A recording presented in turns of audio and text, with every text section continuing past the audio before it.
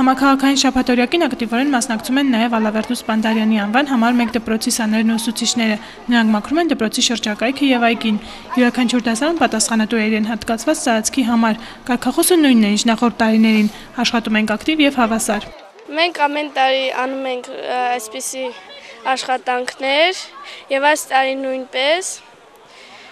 շատ լավ սկսվեց եւ ինձ թվում է շատ լավ էլ կավարտվի։ Ավլել եմ, դապատում աշխատել եմ և աղբուտարում Աննան առաջիններից է դպրոց եկել, չի դժգոհում, քանի որ սիրով է աշխատում։ Հույսով է, որ մինչև մյուս շաբաթօրյակ իր սիրելի դպրոցի տարածքը մաքուր կմնա։ Մենք մաքրում ենք տարբեր դասարաններով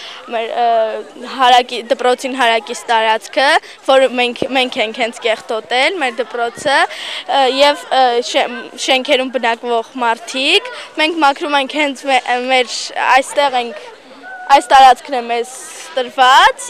որպես ամենապարտաճանաչ դասարան։ Ես մաքրել եմ այն տարածքը եւ այս տարածքը։ Ավլել եմ,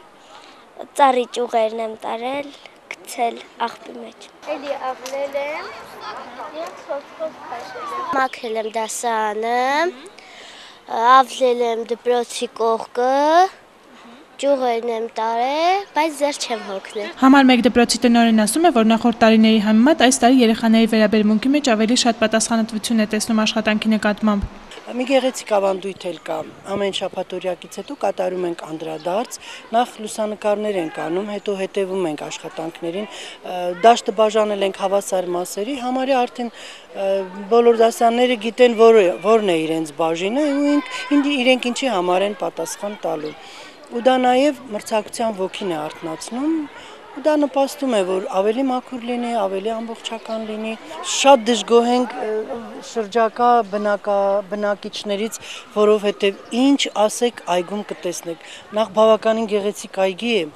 այս գողտրիկ անկյունում իրենք էլ կարող են իրոք եւ մաքուր օդ շնչել եւ վայելել բնության գեղեցկությունը։ Ինչ ասեք պատշգամբներից շպրտում են։ Այս պահին երեխաները հավաքում էին գինու շշեր, գարեջրի շշեր։ Սեդա Վահրամյանը հույս ունի, որ հարակից շենքերի բնակիչները կգնահատեն երեխաների աշխատանքն ու այսուհետ աղբը կթափեն միայն նախատեսված վայրերում։ Լուսինե Փարսադանյան, Գևորգ Քոչինյան, լուրեր։